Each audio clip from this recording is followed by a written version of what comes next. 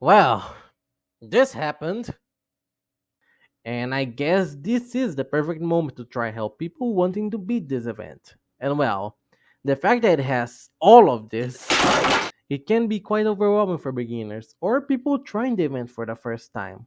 So, I decided to make this video to at least help newcomers avoid mistakes like this, and hopefully allow people to beat CB All Might in My Hero Ultra Impact.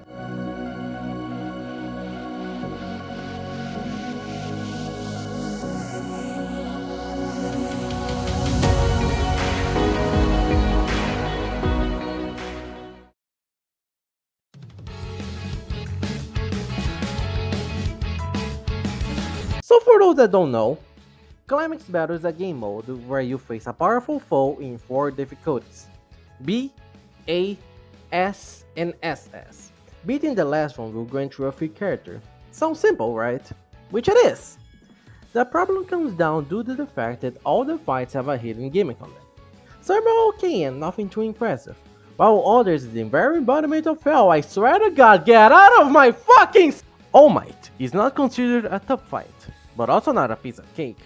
If I could summarize this fight in a short sentence, it would be debuffing and don't let him get too much buffs.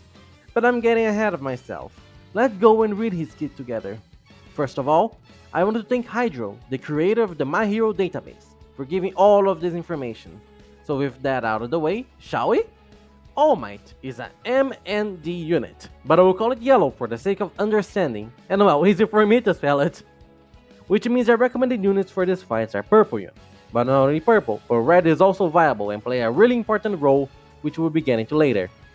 An important thing to remember is that he's immune to most effects, such as paralyze, burn, bind, stun, etc. So if you're thinking about choosing him with Celebrations of Uraraka, Sage, Jiro, or even Best Genius, then you can pack up your stuff and... because as I said, he's immune to most of them, as well as giving you the most beautiful middle finger to barrier and evasion. And before we continue, remember how in the intro I pointed out about the mistake of inserting green units?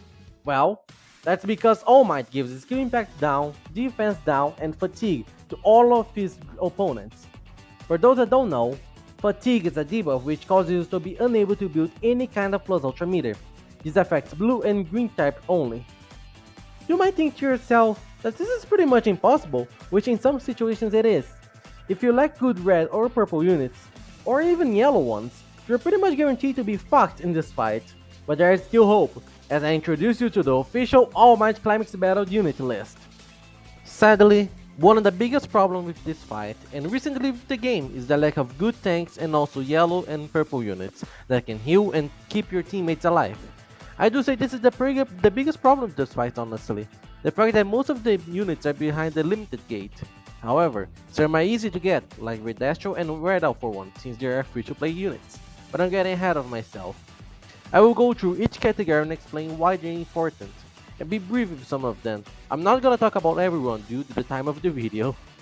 Debuffers, as the name suggests, are the units who can remove or even nerf All Might in some shape or form. This is a very important category, as it's because of them that the fight becomes easier and makes you worry less about him damaging the units, or even killing them. Transgressor, all for one. DST all for one. What can I say that it wasn't said before? In my opinion, the single best unit for this climax, easily. It was practically designed to beat this boss. Able to steal every single buff from All Might, for those that don't know, Steal is a special ability, currently exclusive to DST Alpha 1, which cancels a certain amount of the opponent's temporary buffs, and applies to the cancel buff to the character. It pretty much makes this fight a joke, as he can play around the fact that All Might gains so many buffs so quickly that he can steal everything at once. For sure my number one pick for this fight. Destructive Acid Mina Ashido. Mina is a very interesting choice. Although lacking some important stuff such as plus ultra gauge, damage, and self cooldown reduction, Mina is an amazing support and a debuffer, able to remove 6 buffs thanks to her skill 1 and plus ultra. It's not something to make fun of. Not to mention that her healing is pretty solid as well, giving last stand to all allies. The only problem is that if you want to bring her alongside, a DPS is pretty much necessary, or at least a memory that can reduce her cooldown. Other than that, a pretty solid choice. Destroyer of Peace, Red Alpha 1. Red Alpha 1 is someone you might not remember if you have a big box for this event, or maybe you remember him, but feel reluctant to use him because of his cooldowns, because... yeah. But unironically, before the other Alpha 1, he was THE choice for this fight, due to his easy access of being Climax Boss, and thanks to that, most people own him already, or even have him at level 130. He can save your runs if played properly with the right units, for sure not a unit to be slept on. Not to mention he can give the boss defense down, which can help your allies dish out really good damage. Tanks and Survivability.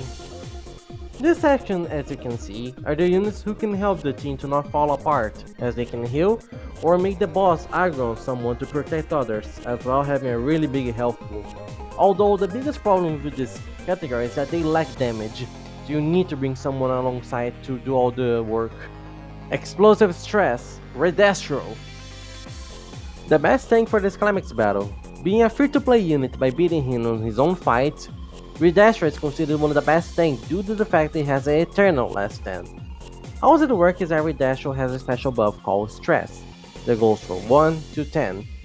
While his stress is below 5, he gains the ability to cover, and the only way to increase his stress is by getting hit.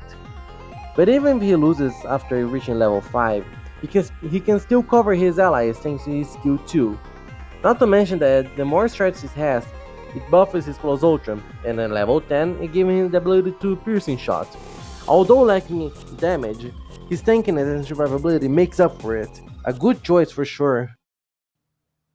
Hi, it's me, Lele from the future. I forgot to mention about something with him.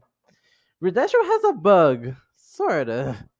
Basically, every time the boss reaches phase 3, they tend to swap your characters, making the units from the back line swap places with the two frontline units, but the third unit always the same.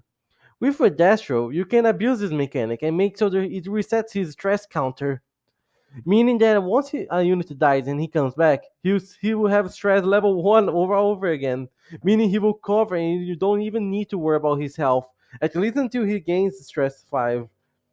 So, sorry about forgetting about this. This is kind of important in what makes it even better. But, yeah. Sorry. Well, continue with the video. Celebrations Momo.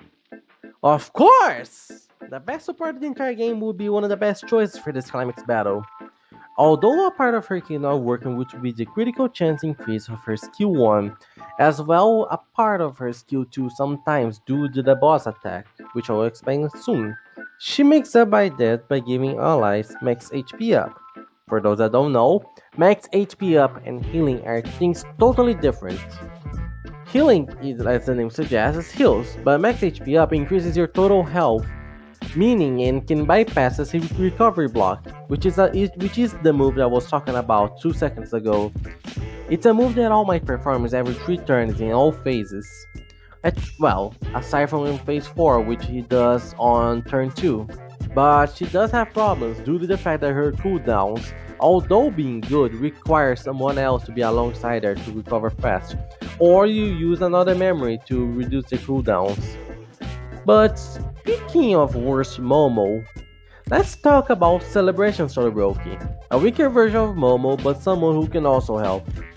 Although having a more gutted kid because of the rules of the fight, as well having worse cooldowns, Celeb Todoroki can still be a good alternative if you don't know Momo. He's also a great unit to build plus ultra gauge for the team, if you lack units that does that. Although, be prepared to see pitiful damage because he sucks ass! Plus Ultra Builders. As the name suggests of this category, these are the units where their sole purpose is to increase the plus ultra gauge of all allies. This is an important role, since every 2 plus ultras landed on All Might, it removes a buff from him, and plays an important role on phase 4. Everyone in this category sadly has a total lack of damage. However, their plus ultra gauge build is insane, and some of them, like Fantasy Uraraka, Christmas Tsuyu, and Rapid Deku, has survivability properties.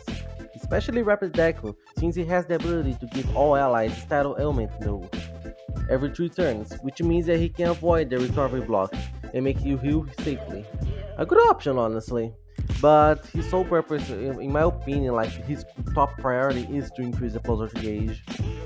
And so we finally arrive on the last category of the list, the DPS unit. Focusing dealing much damage as possible, but sadly lacking stuff from the previous categories such as healing or even debuffing, which means they need help to perform better.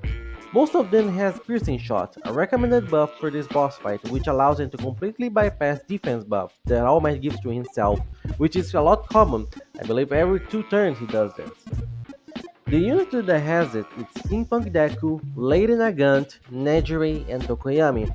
However, even other units who lack the ability to do so, such as Fantasy Bakugo and Shigaraki, can still do great raw damage and shouldn't be slept on, especially when they're high level, because oh boy, be prepared to see some big ones.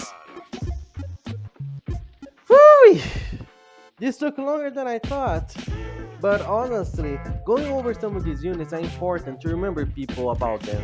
And for next time they are in a rerun, you should pull them. Well, at least the limited ones, the general pulls tend to be not really the focus on pulling unless you're kinda desperate to beat this boss fight. But let's go over for something else. But for now, let's go over on finally explaining each step on the boss fight, explaining every single phase on what to do on them. For this, I will use the gameplay from Rossi, a friend of mine from the Ultra Impact group, who beat the boss fight on his first rerun back in the day. I will mute the video because, well, the game is pretty loud and I need to talk about it. So, enjoy! Well, we're already gonna start with something interesting, huh? So, Rossi in these first 2 phases decided to go with Steampunk Deku, All for One, and DST Tokoyami. 2 DPS and 1 debuffer, with one of the DPS being Deku with the ability to also remove buffs, but his is not nearly as strong as All for One, because well, that's his job honestly, but it's a neat stuff that you can have. But when he was building this, he was just planning on using the power of Deku instead of what he can do afterwards. So, 2 of them has the ability to piercing shot, while All for One is just there for the debuff, so expect his damage not to carry them, because well, that's not his job. So, to quickly skim over this first phase, basically all you want to do is just beat the shit out of him, because there's nothing really special in this phase. He has some moves, which I will show you right now. So first off, you're gonna do a skill chain. Well, I don't even need to talk about this. Okay, so these are the first buffs that All Might gives. Sorry, that All Might gives to himself. Every first turn on the start of the battle, he will give skill impact up, defense up, and piercing shot. That's already stuff that you need to keep track of. The power right now is not nearly as strong as it will be later on. So at the start, if you have a tank, you could just, just tank it. It's not really that impactful because at the start he's kind of weak, at least in power, but the defense is kind of insane.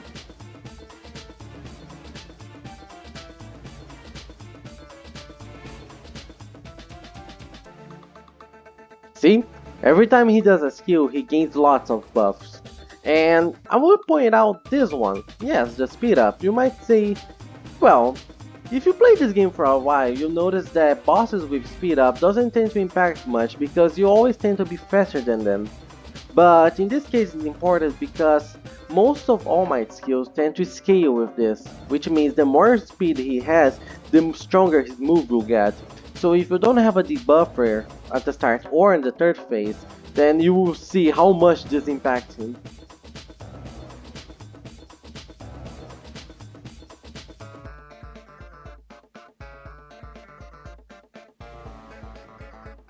And and that was a recovery block that I was talking with y'all.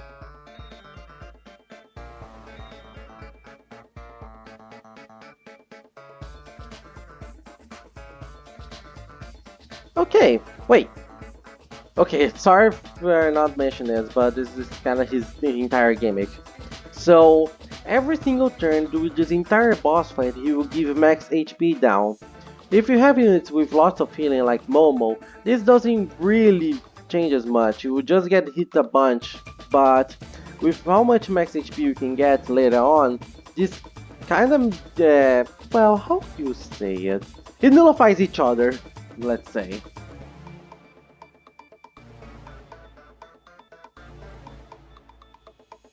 Again, every first turn he will do this.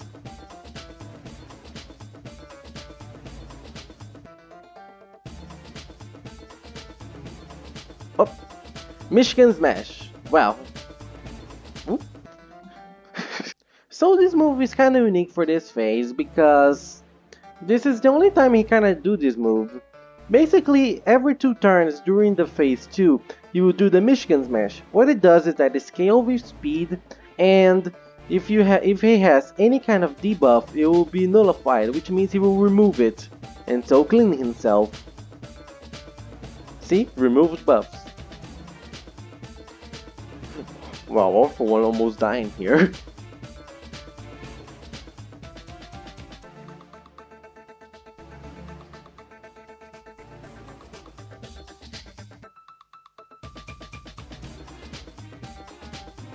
Wow, took him with 1 HP, wow. So, okay, so in most of the boss fights, every time that the opponent reaches on the 3rd phase, he will swap the units. You'll notice that when you build a team, there's always 3 front lines and 2 subs. The ones he changes is always the 2 ones at the start. See, okay, so here. What he did was swap Alpha 1 and Tokoyami for Momo and Ridestro. When you're building a team for this boss fight, it's important to remember that the most important unit in your team must be on the 3rd slot. That being a support, someone who can reduce the cooldown, no, whatever. If you want to build something like this, you need to place it on the 3rd slot. Because without it, you're gonna probably get screwed with cooldowns, healing, etc, etc. So keep that in mind. Since he doesn't have any more debuffers, he will have to contend with Deku, which is why he's also one of the GOATed back in the day. Because thanks to this, phase 3 and 4 doesn't tend to be that hard. I still think the Alpha one and Mina does a better job, but he's no one to be slapped on. Oh, didn't even manage to start the battle first, and already there's a funny gimmick. So, at the start of phase 3, he will do a Plus Ultra. What this Plus Ultra do is that it removes every single buff that your character has. This is dangerous because depending on how little your health has, it can basically one-shot them. So keep that in mind, which is really important.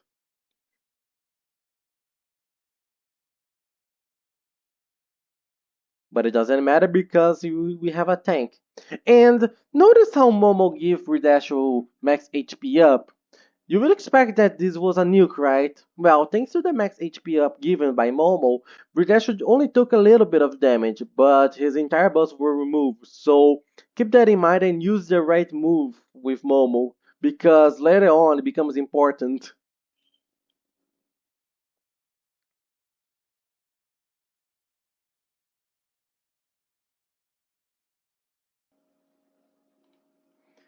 And this is one of the most fucked up moves that Alpha can. All Might, sorry, I always keep confusing. But this is one of his most dangerous moves and one that tends to scare people the most. Every 2 turns during phase 3, he will gain lots of buff. If you want, let's skim over some of them. He has Plus Ultra Move Impact up, Overwhelm, Skill Impact up, Action Skill Impact up. Yeah, all of that. So at this point, he's pretty much a nuke ready to delete any kind of unit. Well, if they don't have a lot of health. Which is why it's so important to have a debuffer for this phase, because Overwhelm is a really dangerous one, especially with how many he already has. This could potentially one-shot some units, which is why you need to be level up and build your team properly.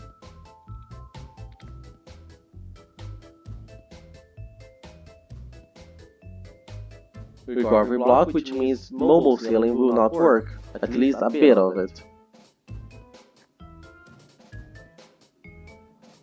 See, if this was all for one, all of this would have been gone, but because of the team composition, the damage during this entire phase would be weaker, so it would take a lot longer to pass this. I think that this phase already goes to the last one. Kinda quick, honestly. Good to know. This move doesn't do really much. Okay, so, because of my team competition, I will say what happened later. After he does that move that was scaled with speed, you see that it doesn't even do much, it only does damage. And at that part, he just starts looping the boss fight. Which means that after he does that, it goes back to the start of phase 3, which means he will do a plus ultra, then we will give lots of buffs, then we will do recovery block, and etc, etc, etc, until you go to the next phase. So if you tend to stay long on this fight, you will go into this repeat cycle until you beat it.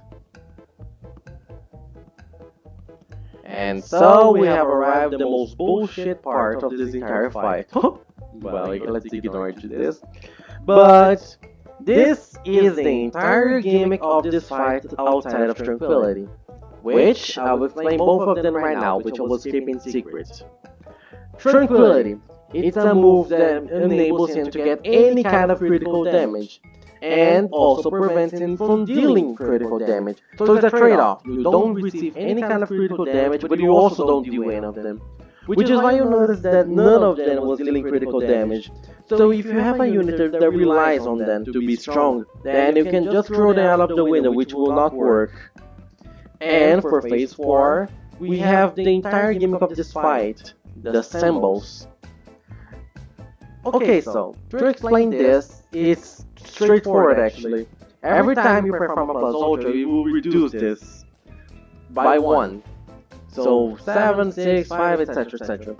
And the gimmick is that he will only die if this is 0, which means no matter how hard you start hitting him around this area, you will simply not die unless you do a plus ultra. And this tends to be the doom of most of the teams that people tend to fail, because they either don't have units that build plus ultra, or the plus ultra doesn't do much, and so they stay for so long that it doesn't do anything and they just lose or start losing units, which is, well, every time All Might kills someone, he reduces the plus ultra, so if he kills someone and you were ready to do one, well, then, well, get fucked!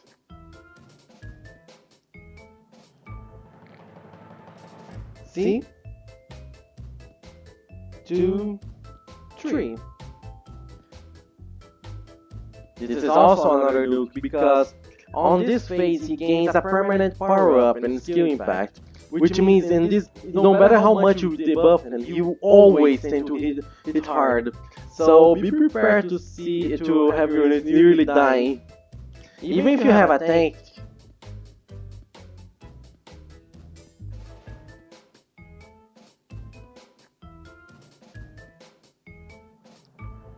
And this also changes. It goes from doing every 3 turns to every single 2 turns. And not only he gives recovery block, but also shield. Well, it doesn't really impact much because no matter if you hit him with shield or not, it also reduces the symbol. But it prevents him from getting damage unless you have a piercing shot. See? 1 HP and still cannot die. He also gains his ability, which instead of removing the debuffs, he instead removes the buffs that your unit has. So he has 2 ways to remove every single buff from your character. At least this one doesn't remove much instead of the plus ultra, but well, it can still be pretty annoying. And now he only needs 2 plus ultras to beat this.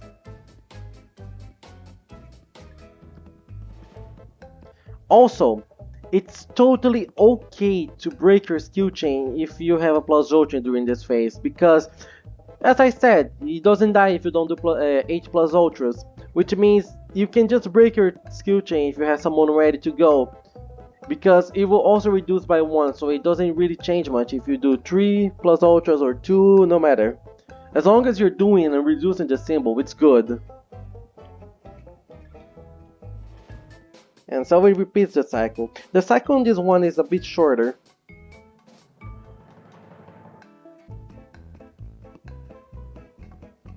Oh yeah, forgot to mention this too. He gained the ability to resilience. Every time with this buff, every time someone is low in HP, they will also get a massive power up buff. So if you reduce the symbols but you still haven't KO'd him yet, then well, you're be prepared to also see some big damage. That's the trend with him. He tends to hit hard. See? Let's go back a little bit, okay? Okay, plus Ultra. But since these two units are slow, Redastro and Deku, All Might will go first. And look at the HP of Redastro. Well, this game decides to help me. It will be good. Look at this. You saw? 0. All because of the damage he did, and also because Momo saved him with the max HP up. If she didn't give him that, then, well, he was gone because, as I said, he does that funny thing. But it's over. Phew! This took longer than I thought.